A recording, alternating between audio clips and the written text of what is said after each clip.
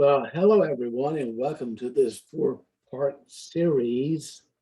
This is our first one, emotional and psychological trauma. I'm Dr. Cecil Cockerham, and I'll be your guide as we move through these very short video clips that deals with emotional and psychological trauma. So let's get right into the lesson today, and let's see what we can learn. What is emotional and psychological trauma? That's a very good question to begin with.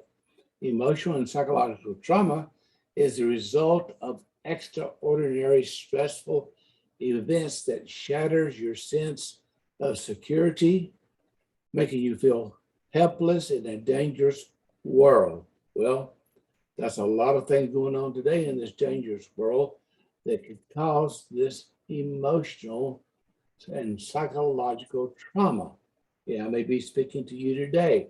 So if you need help, hope, and healing, perhaps this series of 4 lessons will be a lot of help to you.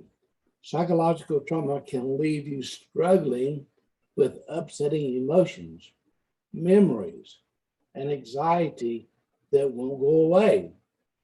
It can also leave you feeling numb, disconnected, and unable to trust other people. Am I speaking to you today? Maybe this lesson, or these lessons, shall I say, will be just what you need. Traumatic events and experiences often involve a threat to life or safety, but any situation that leaves you feeling overwhelmed and isolated can result in trauma, even if it doesn't involve physical harm. You can be just watching the news today and be traumatized. You know what I'm talking about. It's not the objective circumstances that determines whether an event is traumatic, but your subjective emotional experience of that event.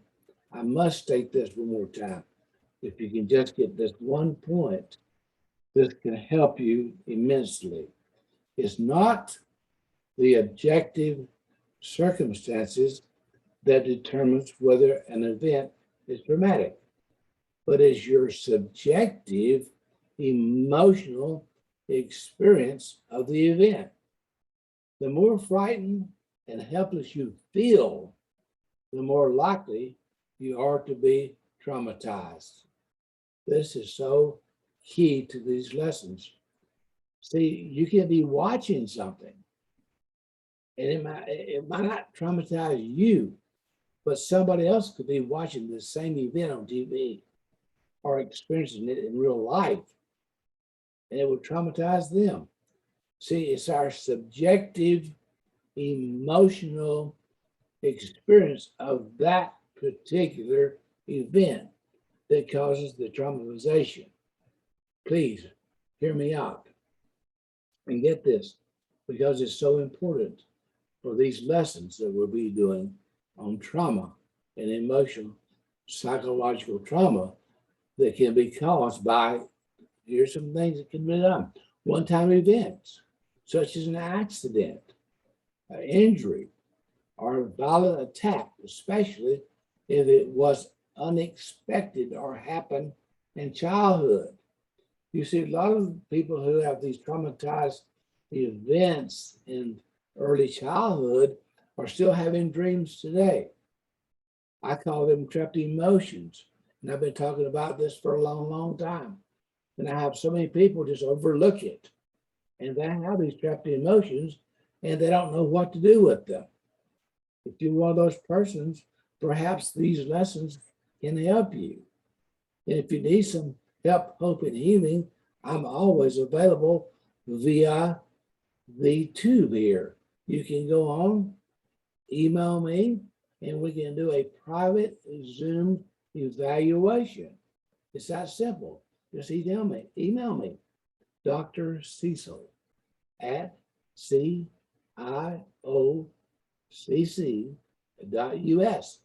It's that simple. Ongoing, relentless stress, such as living in a crime-ridden neighborhood, battling a life-threatening illness. Wow.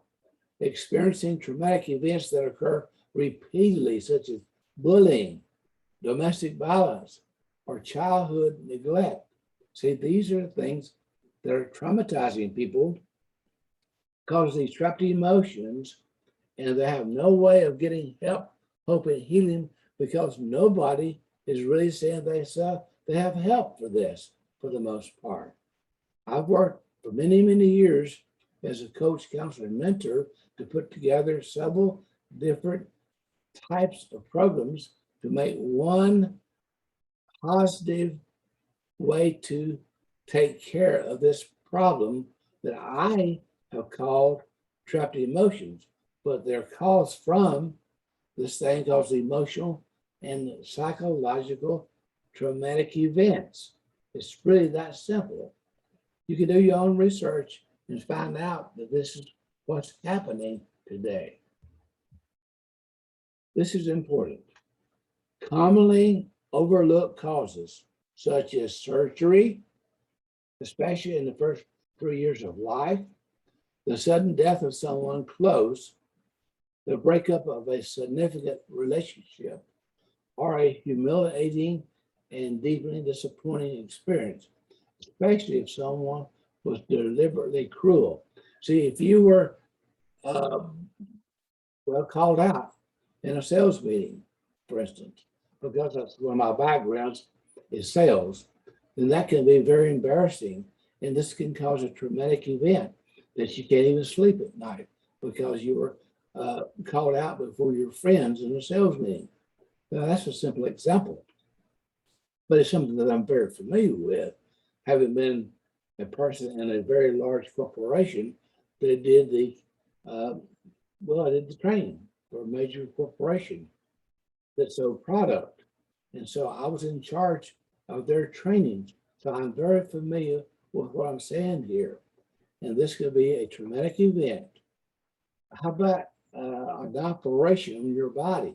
If you have ever had an operation on your body, that is a traumatic event. When they cut your body to do something, that causes a traumatic event. Whether you're under anesthesia or not, it's still a traumatic event. And these things cause trapped emotions. I'm telling you, people, do your own research. You don't have to believe me. Do your own research.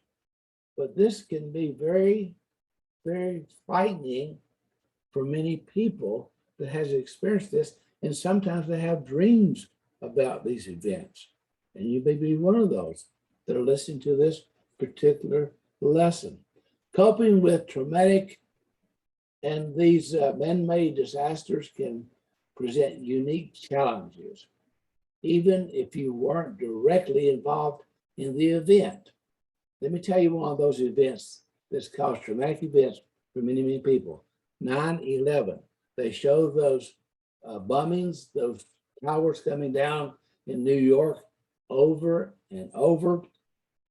And people keep watching it every year on the anniversary. Over and over. They show them, people watch them, and it traumatizes them, and people don't even understand it.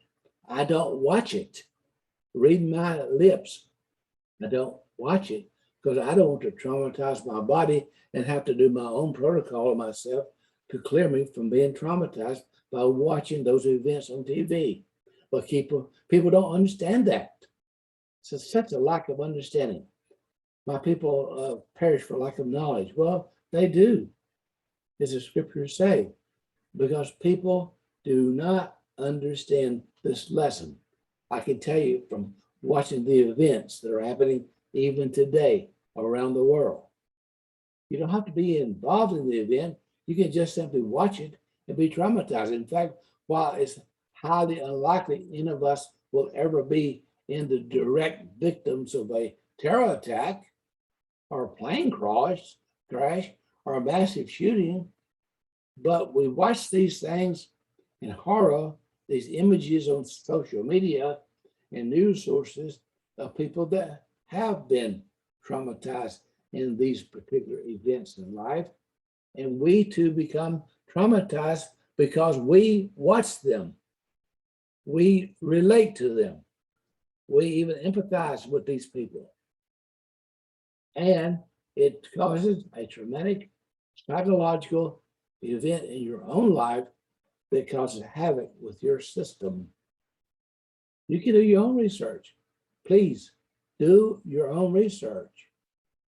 These images over and over can overwhelm your nervous system and create traumatic stress.